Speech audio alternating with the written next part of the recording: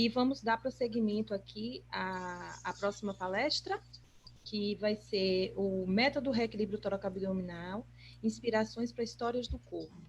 Quem vai falar para a gente um pouquinho vai ser o fisioterapeuta Sandro Groisman, que é um osteopata, instrutor do método RTA, mestre em ciências do movimento humano e especialista em fisioterapia respiratória.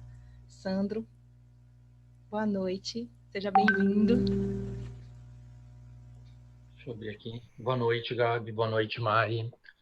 Tô vendo tanta gente que eu conheço aí, né? Beijo para vocês, Valéria, Márcia. Bom, não vou falar todo mundo porque, apesar de ter sobrado um tempinho para mim, eu vou acabar o tempo só falando com todo mundo. Bom, vocês imaginam, né? Eu tô bastante feliz em estar aqui com vocês nesse encontro, né? E encontrar tanta gente legal. Assim, eu tô no RTA já faz bastante tempo, desde 98. E como a Gabi falou, eu sou um dos instrutores do método já há bastante tempo. Então sempre é um prazer, né? É uma paixão, na verdade. E essa palestra está sendo um desafio pela primeira vez. A Mari me colocou esse desafio. Eu e a Mari, nós, além de parceiros de trabalho, nós fizemos uma amizade. Eu fui aluno do método RTA em 98, para quem não me conhece, na cidade de Londrina. E como é Histórias do Corpo, eu vou começar contando essa história, né? E a gente se conheceu lá e desde lá a gente formou uma amizade muito grande, porque a primeira história assim que eu teria para contar como história do corpo, imagina, vocês devem já ter passado por isso, a Maria Ângela já era bem famosa em 98, e nessa época fazer o curso de RT era uma coisa bem diferente. Imagina, a gente está se encontrando agora aqui dentro da minha casa. Quando eu fiquei sabendo do RT era um folder, não sei se você sabe o que é folder, né? Acho que alguns são capazes. Era um folder que chegava pelo correio. É verdade, a gente recebia cartas, recebia correio. Daí eu vi um programa de RTA e falei assim, meu Deus, que interessante, bloqueio inspiratório, integração da atividade sensório-motora com a respiração. Eu vou fazer esse curso. A Carolina, que era minha noiva na época, já tinha feito, e eu me interessei muito em fazer. Mas a gente se sentia muito inseguro em fazer um curso, né? Porque eu não conhecia a Maria Ângela. E para vocês terem uma ideia, o pagamento do curso, a gente enviava em 6 cheques pelo correio. Então, é uma coisa, a gente tinha que preencher os cheques, colocar as datas e enviar esses cheques para uma pessoa que a gente não conhecia. Daí eu falei, eu vou arriscar, imagina, recém-formado, 6 cheques no valor desse curso, eu estava fazendo RPG, era uma coisa absurda, caríssima. Se eu perdesse esse dinheiro, seria um fracasso do ano. Mas, graças a Deus, deu tudo certo. Né? A gente tinha que comprar passagem, hotel, e hoje em dia a gente abre aqui o computador e consegue se encontrar, né? Graças à tecnologia, né? E, infelizmente, a pandemia, né? Que fez a gente acostumar tão rápido com isso. Então, essa foi a primeira história. Cheguei, mandei os cheques, cheguei no curso de RTA, né? O curso, na época, era um pouquinho diferente. Eu sentei bem na frente, porque eu tinha algumas discordâncias com o que eu já sabia, e me apaixonei já na primeira semana, me apaixonei pelo diafragma, pela maneira que a Maria Ângela falou, e pela maneira poética, né? Que é o que eu vou tentar falar agora um pouquinho sobre a maneira de enxergar a fisioterapia respiratória, né, que o RTA traz isso, né? Desde aquela época, o RTA já trazia a história da pessoa, né? A história do corpo, a maneira de ler o corpo era uma maneira diferente. Eu já sou anfitrião aqui para poder compartilhar minha tela?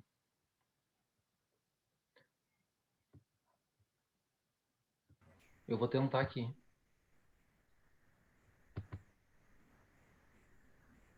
Consegui, né?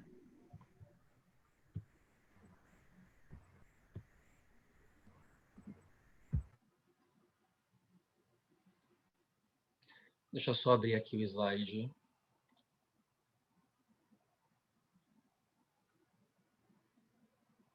Então, como eu estava contando para você... Opa, não, abriu.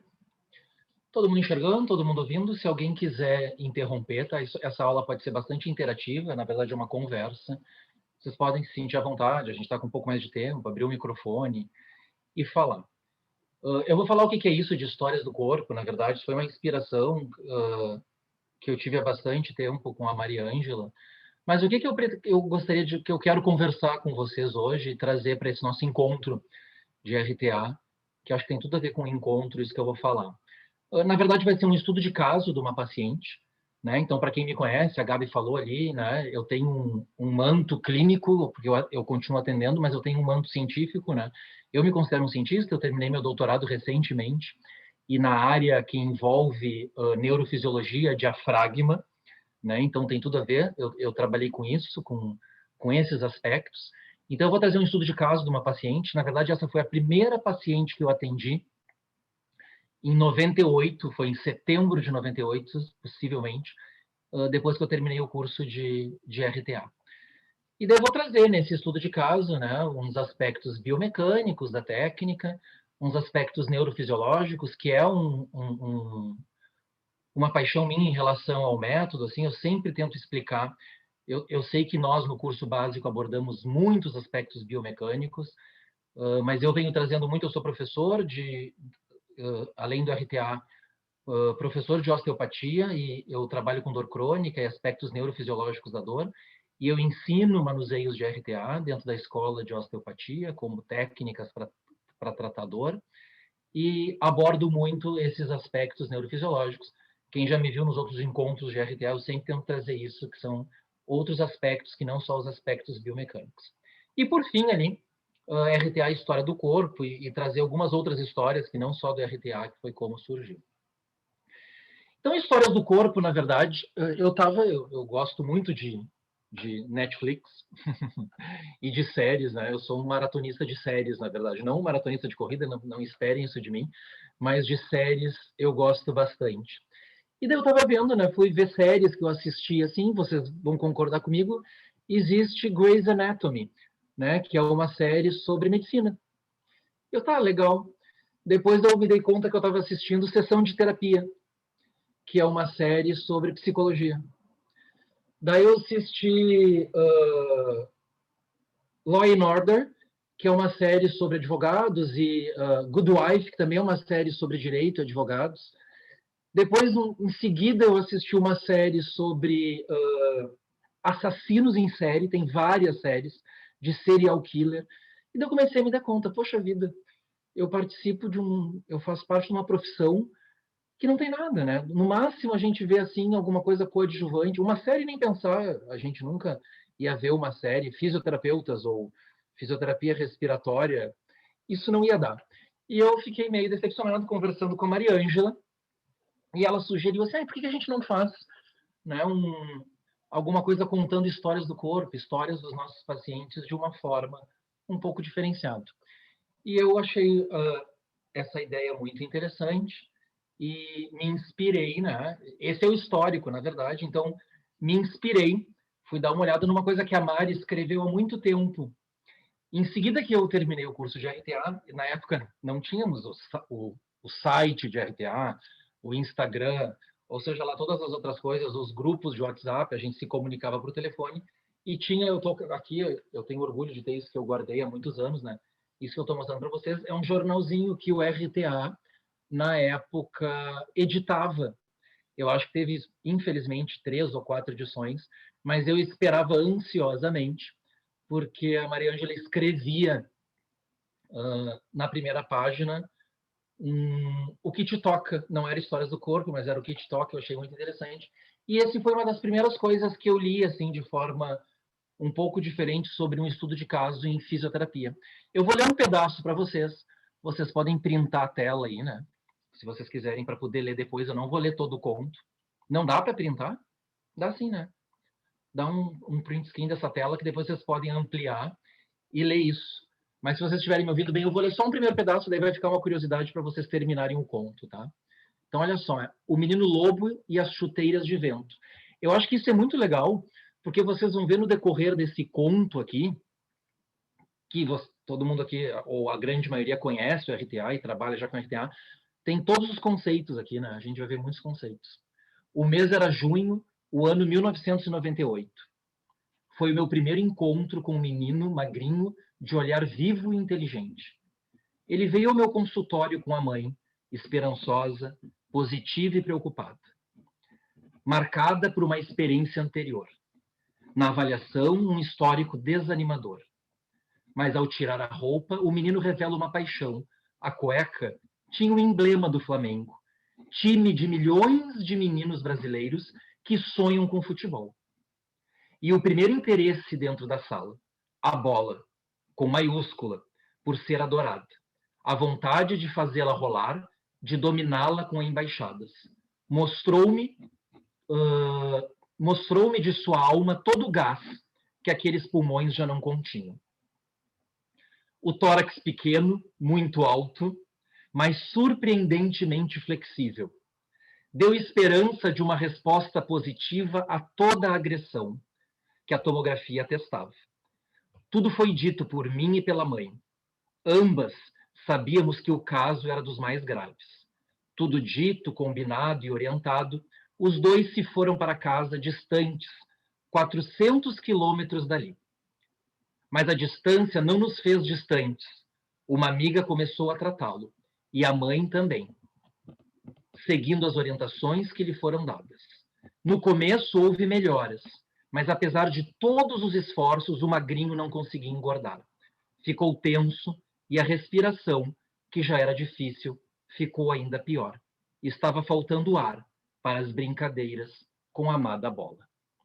Então esse é um pedaço desse conto, né, que é o Menino, o Lobo e as Chuteiras do Vento, Chuteiras de Vento, que eu aconselho depois vocês, se quiserem dar uma olhada, né? Vocês já viram ali que fala muito, né, de biomecânica, de tórax, da avaliação que a gente faz no RTA, né, que de certa forma é uma avaliação que é poética, né? A gente enxerga a respiração é uma experiência do corpo, e a gente não consegue esquecer isso, eu acho que isso é um grande diferencial. Bom, baseado nisso, no Instagram da minha clínica, eu tenho um consultório, uma clínica aqui em Porto Alegre, com vários profissionais, né? Hoje, inclusive, atendi uma paciente com enfisema, e ela veio por conta desse Instagram, dessas histórias do corpo, e nós temos vários editoriais. Editoriais são vários canais, assim, como se fossem editoriais de um jornal, e um desses editoriais a gente resolveu chamar de História do Corpo, onde a gente vai contar algumas histórias. Eu já convidei a Maria Ângela para escrever, se alguém tiver interesse de escrever alguma coisa mais ou menos nesse formato, é todo mundo convidado para isso. Mas nós temos o Quiz do Corpo, Histórias do Corpo, o Corpo a Corpo, que é uma live que a gente pretende, ainda não começou, nós vamos fazer, o De Corpo e Alma, que é um editorial das sextas-feiras, onde a gente fala dicas de cultura, lazer, envolvendo, né, o corpo. Então, eu trazendo aqui para vocês, esse é o editorial, né, Histórias do Corpo, que a gente tem. Então, até antes de começar, só para vocês terem uma ideia de como vão ser, porque esse conto do RTA ele ainda não está no Histórias do Corpo.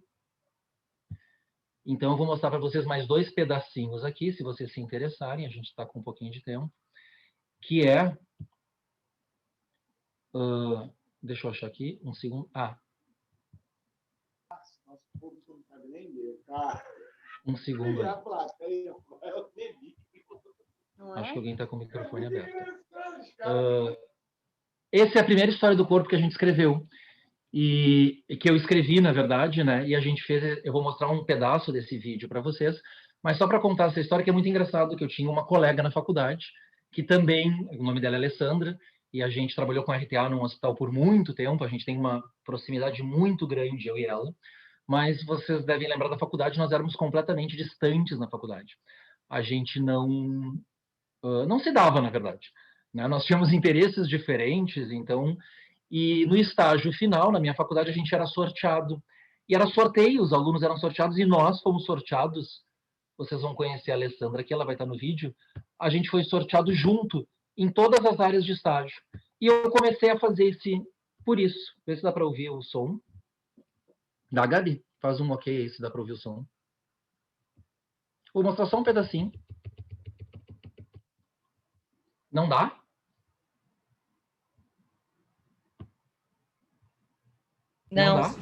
Não dá para ouvir. Eu não estou ouvindo. Você tem que compartilhar o computador quando você está compartilhando a tela. O que, Mari? Você precisa compartilhar o som do computador quando você está compartilhando a tela. Aparece uma mensagem embaixo. Não apareceu para mim. Mas ok, não é tão importante assim, acho que não vai. Deixa eu tirar aqui. Deixa eu ver, eu vou tentar compartilhar de novo. Tem certeza que isso... Eu nunca tinha feito isso. Deixa eu ver, compartilhar, share screen.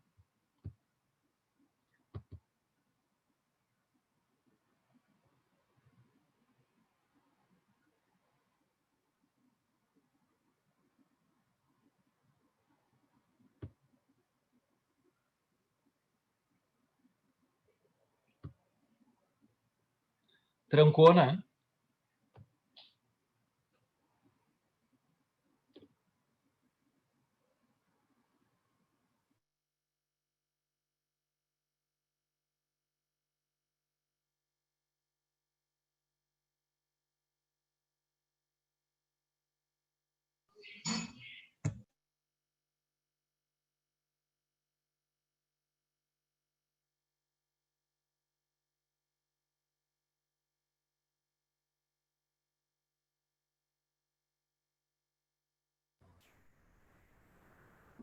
Sandro?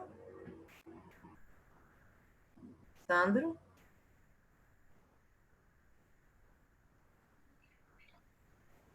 Tá Eu acho que trancado. travou. Travou, né? Eu acho que sim, Sandro. Vamos tentar de novo, tentar compartilhar de novo a tela e recomeçar. Não, o meu computador aqui ficou totalmente trancado, Gabi. Ó, peraí. Ele vai resetar. Eu já vou entrar de novo, tá? Ah, deu, funcionou. Tá bom. Ok. Não precisa, no final, sobrar um tempinho, eu mostro para vocês.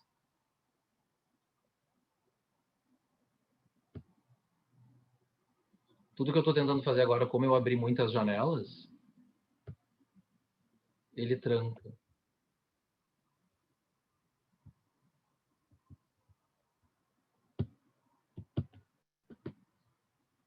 Mas nós temos tempo, vamos aguardar.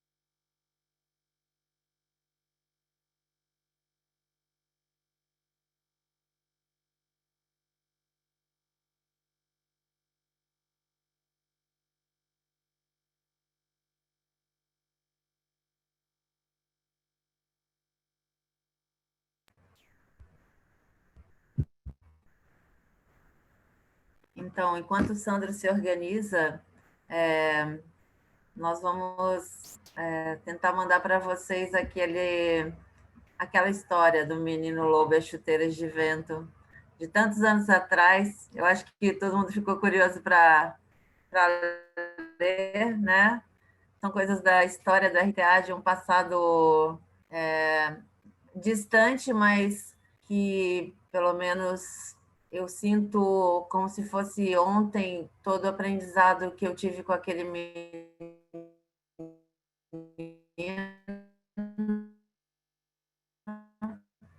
que era um caso já muito grave de fibrose cística.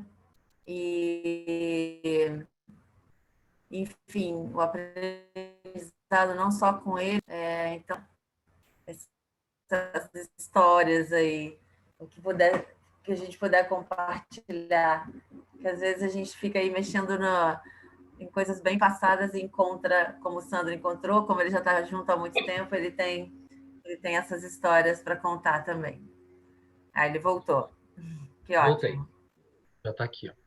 Então vamos lá, depois se no final ali sobrar um tempinho eu conseguir compartilhar o som, a gente não testou antes, eu mostro para vocês. Ou se vocês entrarem no Instagram lá do Relicário, Clínica do Movimento, e a Relicário porque o corpo é uma relíquia, né? Vocês vão achar essas histórias lá no próprio Instagram da clínica, tá? Então esse é o caso clínico, né? Essa é uma paciente que eu atendi ela em 98, em seguida que eu terminei o curso de RTA. Então, assim que eu terminei o curso, o RTA não era tão conhecido como hoje em dia, mas alguns colegas conheciam aqui em Porto Alegre. Então, essa paciente ela já fazia uma fisioterapia, que a gente chamava na época de convencional, e daí eu fui indicado por essa colega fisioterapeuta, né, que é uma conhecida da família e fez alguns atendimentos com ela, porque ela achava que era interessante essa paciente fazer RTA. Ela não conhecia muito da técnica e eu também estava me aventurando, de certa forma, nos primeiros atendimentos. Né? E eu aceitei com muita felicidade, então conversei com ela antes, ela me contou o histórico do paciente, então era um atendimento domiciliar, a paciente me ligou, na verdade o marido da paciente me ligou, nunca vou esquecer disso, e eu agendei o atendimento, e na verdade eu não vou esquecer, porque no primeiro atendimento estava toda a família, né? Estava o marido, ela tinha um filho, e tinha tinha 2 filhos, na verdade, mas esse filho que estava lá, era um filho que tinha necessidades especiais, ele tinha uma alteração cognitiva importante, e uma nora que era médica fisiatra, né? A paciente ela não queria, ela não gostava muito de fazer fisioterapia, foi difícil convencer ela, a família toda queria que fizesse.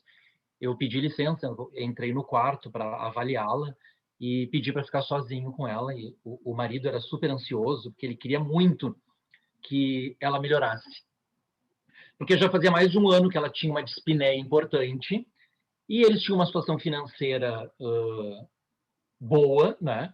Ele queria viajar, esse filho tinha necessidades especiais, eles queriam viajar com o filho, então a ideia deles era isso, né? Eles estavam colocando todas as esperanças no tratamento com o método RTA. E principalmente essa médica, fisiatra, que não conhecia nada de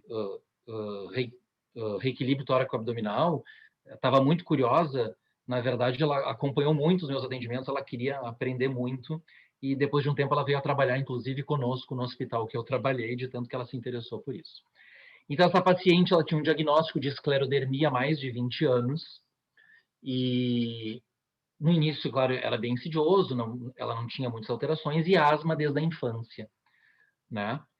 Ela contou que ela teve diversas internações frequentes por pneumonia, e principalmente nos últimos 5 anos, ela esteve internada, assim, no mínimo 2 vezes por ano, que eu me lembro, assim, no hospital, e isso era bastante angustiante para a família. Né? Ela não gostava de fazer mais nada, ela não queria sair de casa, eles tinham uma fazenda no interior, ela não gostava mais de ir, o marido, que já era aposentado, queria muito ir, então era uma coisa bastante interessante, assim. Né? A família relata que ela tinha muita resistência ao tratamento, como eu disse, e ela se tratou com fisioterapia convencional, mas ela não gostava, ela sentia desconforto, ela não sentia melhora, ela estava, tipo assim, jogando a toalha. Né?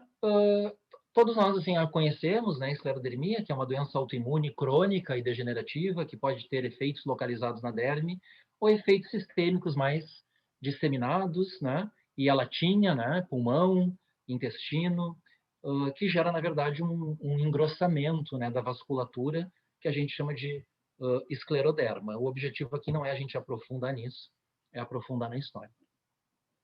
Então, com RTA, né, a gente no RTA tem que ter uma escuta ativa, isso significa uma escuta empática, né, tentando captar o máximo de informações que a gente consegue, né, principalmente que a gente entende, né, que a doença respiratória ela tem outras disfunções que não só a disfunção respiratória propriamente dito, né, mas sensório-motora, postural, biopsicossocial, a gente coloca ali, né. Então, o coletar o máximo de informação possível, né? O impacto da doença na vida da pessoa, isso foi uma coisa que mudou muito depois da minha formação no RTA, em todos os aspectos, né? Não só no social, não só no psico e não só no bio, mas no biopsicossocial, isso é importante. Se fala muito hoje em dia de biopsicossocial, principalmente em dor, vocês devem estar acostumados e acostumadas a ouvir isso, mas isso na época que eu fiz o RTA praticamente não se falava. Né? E em fisioterapia respiratória, muito menos. Não, eu nunca tinha ouvido falar disso. E foi com a RTA que mudou isso. Então, ela era dispneica, né? Um pouco de dificuldade na fala por dispneia. Então, imagine o grau de dispneia que ela tinha. Ela não referia muito falta de ar, mas a gente percebia isso, que só na fala ela já sentia falta de ar. Se sentia deprimida às vezes, óbvio, né?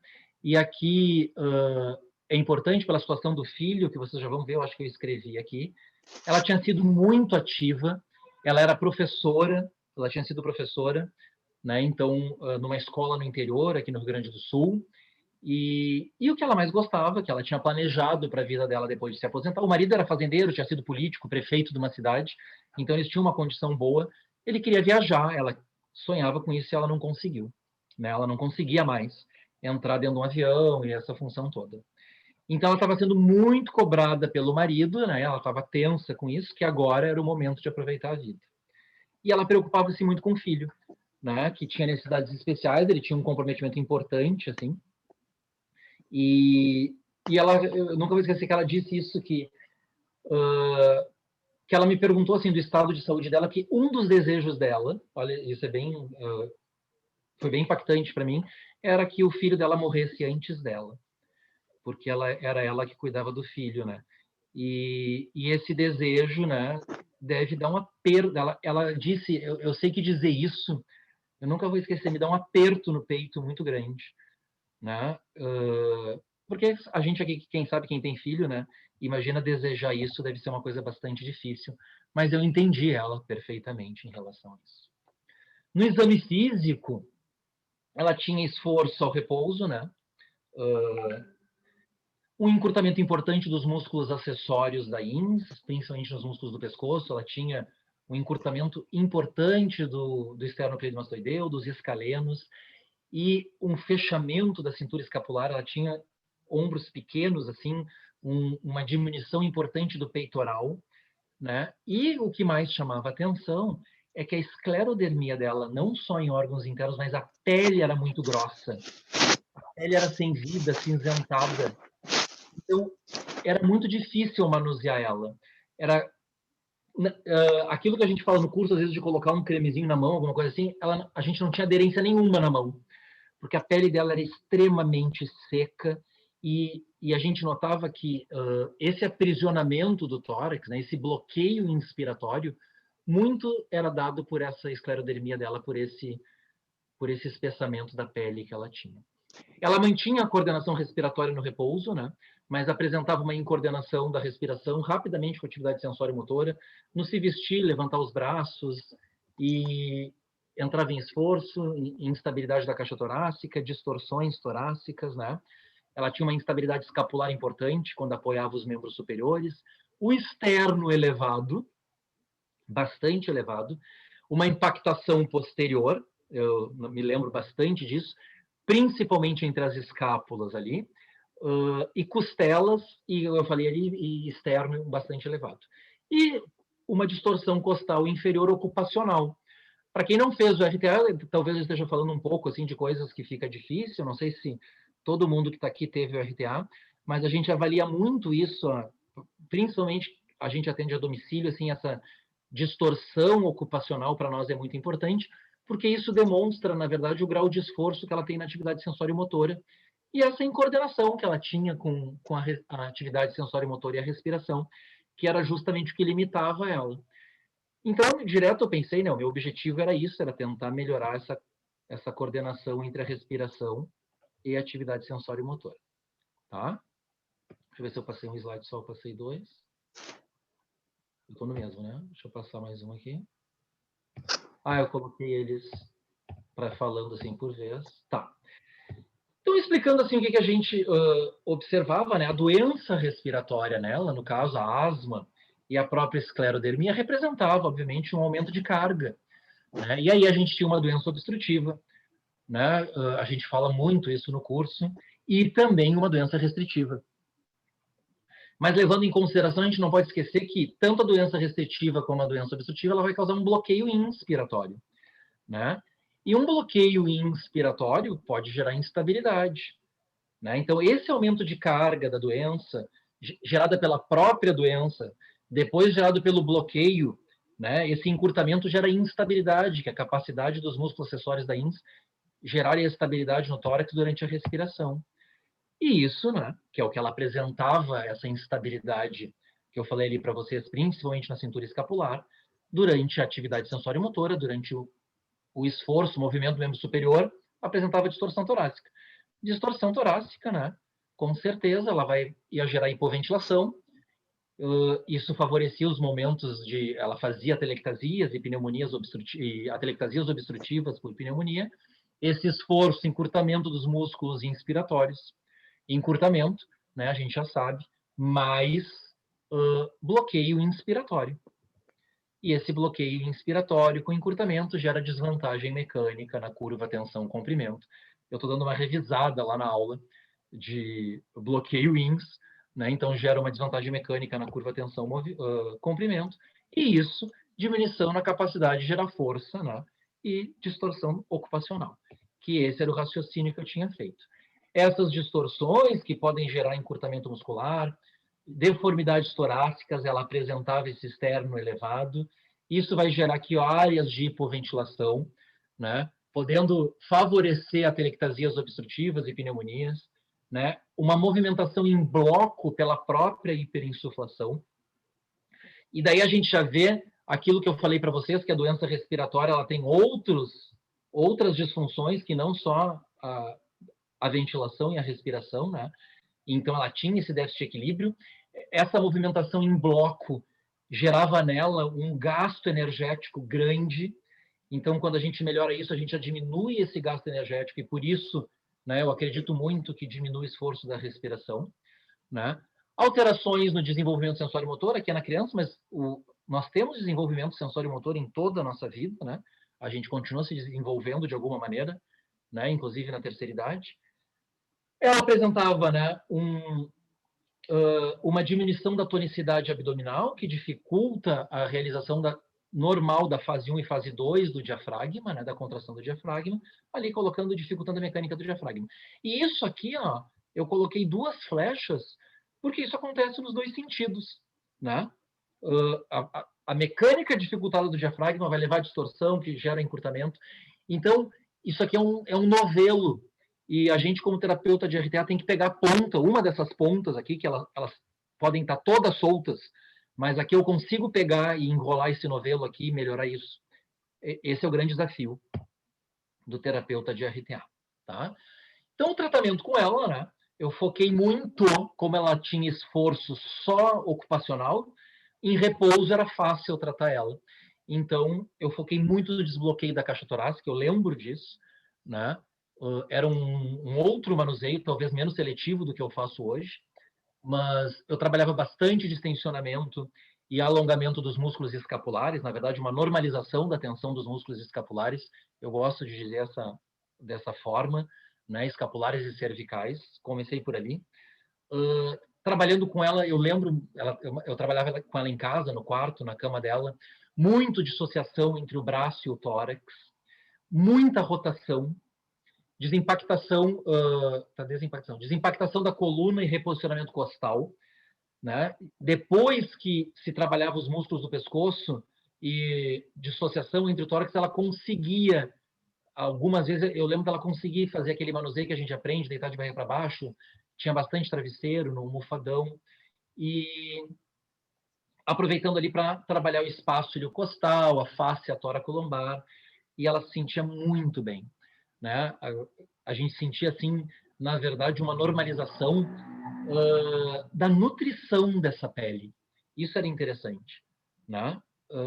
E depois, obviamente, eu trabalhei alguns anos com ela, integração da atividade sensório-motora com a respiração e foco na atividade diafragmática, tentando dar apoio, tentando trazer o diafragma para essa atividade sensório-motora e para a respiração. A família era quase sempre presente no atendimento, como eu disse para vocês, essa nora dela, que era médica, gostava muito de assistir o atendimento e queria saber tudo, aprender tudo, e o filho dela muitas vezes estava junto, né? E ficava às vezes nervoso. Eu lembro disso, que ele não entendia muito bem, né? Imagina a mãe dele deitado na cama de barriga para baixo, e eu em cima da cama, ajoelhado, tentando fazer os manuseios que vocês estão sabendo qual que eu estou falando, assim. E ele ficava nervoso, a gente tinha que pedir para ele sair do quarto, eram coisas bem interessantes. Mas eu lembro do no final ele já está acostumado e entendia isso, ele gostava disso, né? O que acontecia com ela, né? Ela era super tensa no início, né? E, obviamente, eu já expliquei várias coisas ali sobre os aspectos mecânicos disso, mas hoje, quando eu fui escrever, nesses dias, escrever esse caso e recontar o caso depois de escrito o conto, eu tento abordar muito uma coisa que a gente chama uma mudança na interocepção, né? Porque eu percebia na movimentação dela que era como se ela fosse assim, sabe aquelas pessoas que são descoordenadas, batia, tinha uma dificuldade de noção espacial, né? E isso ela melhorou muito, né? Muita coisa que a gente faz, imagina que o diafragma, né? Quando ele está preso, o diafragma é o grande músculo da interocepção, né? O interocepção é aquela percepção que a gente tem de dentro do nosso corpo, que é dado por um nervo, na grande maioria, quase todo o nosso corpo, a parte visceral, que é dado pelo vago. E isso não existe sem diafragma, né? Porque a gente tem uma interocepção limitada, porque seria muito desagradável, né? A gente sentir os movimentos peristálticos, mas é importante essa interocepção até para nosso posicionamento, né? A gente, para ficar posicionado, a nossa postura, ela é dada por uma contração da nossa musculatura posterior, mas por uma cadeia hidropneumática anterior, que é dado pela pressão e pela função normal do diafragma. Então, isso é uma coisa que mudou nela, né? Essa distorção que ela tinha, ela diminuiu bastante, e isso faz com que essa diminuição da distorção, essa queda que ela tinha nas costelas inferiores, fazia que ela tinha uma perda de comprimento da coluna. Então, eu nem sei dizer para vocês o que vem antes, o ovo ou a galinha, né? Hoje em dia, se é o comprimento da coluna, e daí isso melhora a distorção, ou é o descolamento dessa área de retração, ou a melhora da contração do diafragma com melhora dessa coluna hidropneumática. Mas, enfim, há um crescimento, há uma mudança corporal, uma mudança sensorial. E não só sensorial do ponto de vista de sensório-motor, mas do ponto de vista de interocepção. Isso são reflexões que eu estou fazendo aqui, e agora às vezes eu tenho a sensação que eu estou dando aula sozinho, né? É engraçado, e daqui a pouco vocês me parem, porque pode ser que eu esqueça de parar de falar. E também um balanço neurovegetativo, né? A gente já sabe que o diafragma, que os músculos acessórios do pescoço, que o movimento visceral, hoje em dia já se sabe, isso faz parte de uma atividade neuroimune inflamatória, né? A gente já sabe que a função, que o diafragma, ele modula o nosso sistema imune, né? Então, ele modifica, a gente só sabe que modifica, não sabe como ainda, de forma bastante importante. Já se tem algumas ideias, essa integração, ela acontece no sistema nervoso central, com certeza, né? Porque vão ter áreas do diafragma do nosso sistema límbico que vai se comunicar com o nosso hipotálamo, que se comunica com a hipófise, e que se comunica com a adrenal, enfim, né? Que é o eixo, né? Hipotálamo, hipófise, adrenal, e isso é modificado pelo movimento visceral, pelo diafragma, né? Que dá uma resposta imune, que melhora a nossa imunidade, né? Então, isso é muito interessante, eu acho isso fantástico, eu acho que isso vai ser um campo enorme a ser explorado. Então, aqui, o toque do RTA, né? Ele ajuda a desbloquear a caixa torácica, facilitação do diafragma. Então, eu sei que vocês sabem disso, né? Ele tira a ação maléfica, digamos assim, dos músculos acessórios da INS, nesse caso, sob o diafragma, porque o diafragma é uma vítima de tudo isso, né? Então, imagina, o diafragma ele queria funcionar, mas ele tinha os acessórios da INS puxando ele no sentido oposto, né? As costelas elevadas, mantendo o diafragma lá em cima, prejudicando tanto a fase 1 quanto a fase 2 do diafragma, um encurtamento importante do espaço, uma diminuição do espaço iliocostal e um encurtamento da face tóraco-lombar ali, né, que favorecia essa impactação da coluna lombar, né, diminuindo esse comprimento dessa coluna hidropneumática. Ela era um compêndio de RTA. Se a gente pudesse ter um compêndio de RTA, ela era. Foi um grande aprendizado para mim e marcou muito, né, a minha... Eu liguei muito para a Maria Ângela para falar sobre esse caso. Não tinha vídeos na época, assim, né? A gente não tinha essa coisa de mandar vídeos, que nem a gente manda. Mas eu lembro de falar e de escrever, e ela me ajudou muito. A gente se ajudava por telefone, coisas assim. Então, aqui que eu falei, ó, tudo isso não funciona só na biomecânica, né? Isso vai funcionar no eixo HPA ali, regulação do sistema imune, a gente começou a perceber que as crises de asma, de broncoespasmo dela começaram a diminuir, né? Mudou a depressão, né? Ela ficou diferente, parecia que ela tinha Foi muito interessante observar isso, essa possibilidade de fazer isso. O sistema neurovegetativo se modifica com tudo isso, né? Então, isso...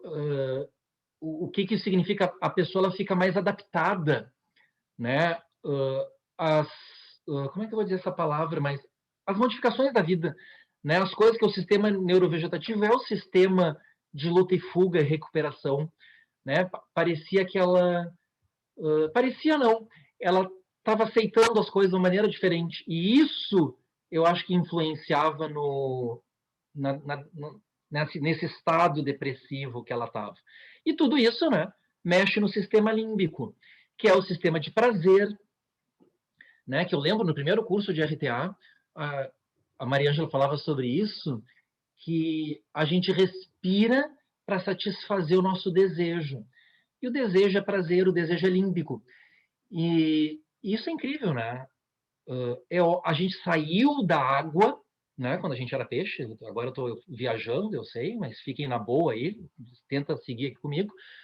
E criou um diafragma para satisfazer esse desejo de sair e buscar alguma coisa lá fora, nem que fosse a comida, né, ou aquilo que a gente enxergava. E para isso, né, a gente trocou as nossas guerras por um diafragma para satisfazer o nosso desejo, né? Nós evoluímos e nos diferenciamos em relação a isso. Então vamos lá, esse foi o caso. E daí eu escrevi esse conto, né? Eu tenho o primeiro conto, que é Sorte ou Sortilégio, que está lá no Instagram, que eu escrevi contando essa história da minha colega. Eu tenho um conto que é um conto meu e da Maria Ângela, que eu estou terminando. Tem um conto que eu escrevi agora, recentemente, que saiu lá no Instagram, que é o Desafio de Sofia, que foi uma paciente que eu atendi junto, concomitante com essa, que me impactou muito, que era uma menina que teve um sarcoma, um câncer de Ewing, e ela teve que fazer uma retirada do fêmur, da perna, a gente conviveu muitos anos. E, na verdade, esse conto ele é bastante forte para mim, porque o meu filho, quando tinha 17 anos, a gente fez sem querer uma tomografia, sem querer não, mas por um outro motivo, tomografia, apareceu uma imagem. E eu fiquei pensando, né, nesse conto diz isso, se vocês quiserem saber se eu teria forças, né, que teve a mãe dessa minha paciente, da Sofia. O caso diagnóstico dele, graças a Deus, não foi o mesmo, né, foi outro. Ai. Mas lá no conto, se vocês se interessarem, leem lá. Então eu vou tentar ler aqui o conto dessa minha paciente. Né? Eu não dou nomes aqui da Sofia, eu posso falar, porque tem o vídeo dela, eu conversei com a Sofia agora, durante a pandemia, encontrei ela, eu atendi ela quando ela tinha 11 anos, agora ela é uma linda mulher de 30 e poucos anos, e a gente se encontrou, então tá lá. Mas vou ler aqui, esse conto deu o nome de Entre Idas e Vindas. Então vamos lá, deixa eu tomar uma aguinha aqui. Eu tô no horário, alguém me diz isso pra mim. Não me deixem sozinho. Eu tô no horário? Tô, né? Tô sozinho? Não, Sandro, eu tô aqui. Tu tá aí. Dentro do horário. Tá Obrigado. Entre idas e vindas. Eu me arrependi depois de ter colocado esse nome, é um pouco difícil de ler isso. Entre idas e vindas. O corpo acinzentado e morno, um rosto pedindo por mais vida. Um fisioterapeuta formado há 2 anos, recém-saído de um curso de RTA. Curso que foi um divisor de águas na minha vida profissional. Conheci com a criadora do método, Maria Ângela Lima, um novo modo, para mim, revolucionário de ver o paciente, e principalmente de tratá-lo. A paciente, uma senhora com pouco mais de 60 anos, além de sofrer de asma e esclerodermia, que por si só já seria um grande desafio, tinha um filho com necessidades especiais. O medo era latente no tremor, na postura, no olhar. Essa era uma mulher que tinha muita vontade de viver para cuidar de seu filho. Coloquei em prática os novos conhecimentos, e nas mãos ternura e energia que o curso destacava. O ar, a cada sessão, ia mais longe.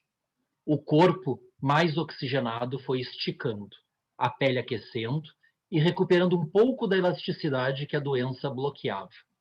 Dava a sensação que permitia o sangue correr com mais força pelas artérias. Depois de uma longa sessão, percebi que, além de melhorar a parte física, o emocional libertava-se com lágrimas, emoções há muito contidas.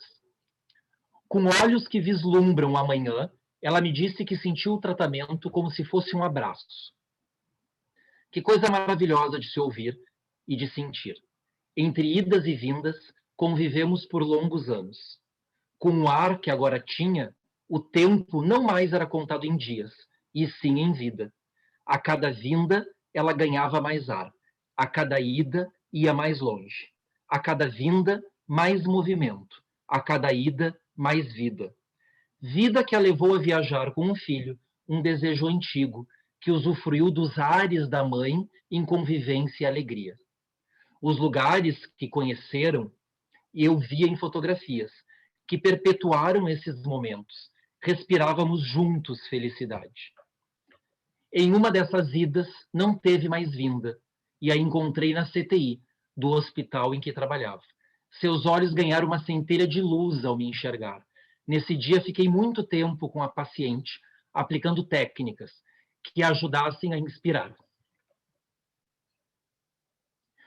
E a enfrentar o momento... Só um minutinho, desculpa. E a enfrentar o momento difícil pelo qual passava. Novamente vi o corpo relaxar, senti na pele, mesmo que levemente, voltar um pouco de elasticidade, permitindo a volta do diafragma. Senti o relaxar do corpo nas minhas mãos e na expressão. Vi um olhar acendido nas boas lembranças dos últimos anos, serenar, antes de definitivamente se apagar. Essa paciente marcou profundamente meu modo de ver e sentir, visto que tive certeza que ela partiu abraçada pelas minhas mãos, que aliviaram muito mais que suas dores, aliviaram seus temores. Obrigado. Desculpa aí, era isso que eu tinha para, falar com vocês. Nossa. Eu não vou nem falar. Eu vou deixar a Mari falar, porque eu acho que ela, né? Fala, Mari. É difícil eu falar aqui que eu já sou uma chorona, né? Então... Eu não sou muito, não, mas... Mas é difícil não chorar, né, Sandro? Eu acho que não só pela história emocionante mesmo que é, mas pelo tanto que a gente aprende com certas pessoas que passam pela nossa vida, né? E é algo um pouco inusitado a gente estar assim num encontro técnico, num encontro profissional e falar dessa maneira sobre pacientes, sobre a nossa profissão, né? Mas alguns anos atrás, eu lendo uma revista até que tem um conteúdo muito mais... E eu li uma história contada por um grande médico chamado Siddhartha Mukherjee, que ganhou um prêmio Pulitzer por um livro que ele escreveu, um livro extremamente profundo, mas que fala sobre as histórias de cada pessoa. E essa história, ele conta uma viagem que ele faz com o pai dele para visitar um primo que tinha uma doença mental. Então, a história já te pega assim completamente, né, como essa que o Sandro contou aí para a gente. Eu acho que a gente deveria, de verdade, falar um pouco mais assim, né? Eu também, às vezes, sinto até um pouco de pudor, já escrevi muitas coisas que ficam ali guardadas, mas acho que a gente precisa desse aconchego, né? De saber que todo mundo sente isso e todo mundo quer falar também dessa maneira sobre os pacientes, um pouco mais amorosa e e emocional mesmo, porque a gente passa por tudo isso. Enfim, aberto para vocês aí também falarem, a gente está com tempo e Eu vou ler, realmente então, é um espaço. vou ler só um comentário aqui, que eu acho importante. A Monique Câmara, ela colocou aqui, como o toque é importante, como muda a vida das pessoas, que a fisioterapia, através do RTA, resgate esse acolhimento. A Luciana, que também é uma das instrutoras do método RTA, colocou que isso é o que o RTA nos proporciona, sermos sensíveis, empáticos e humanos, ou seja, valida esse contato, essa empatia, né? E essa sensibilização do profissional dentro de um tratamento, dentro da assistência, né? Então, Sandro, muito obrigada, lindo te ouvir. O Sandro é o instrutor dos instrutores, então é sempre muito gratificante te ouvir. Foi o meu instrutor, a Luciana, que está aqui também. Gratidão pelas palavras, por mais uma validação dessa empatia, né, que vem junto com tudo que você construiu dentro do conceito RTA, de tudo que você tem construído, né, dentro da tua carreira. E muito gostoso te ouvir, sempre. Muito obrigada.